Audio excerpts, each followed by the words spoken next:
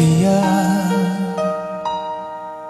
Bakit ka ba naghihintay?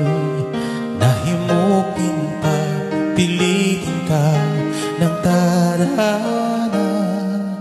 Alam mo na kung bakit ka kakaganyan. Lumulutang, nasasayang ang buhay.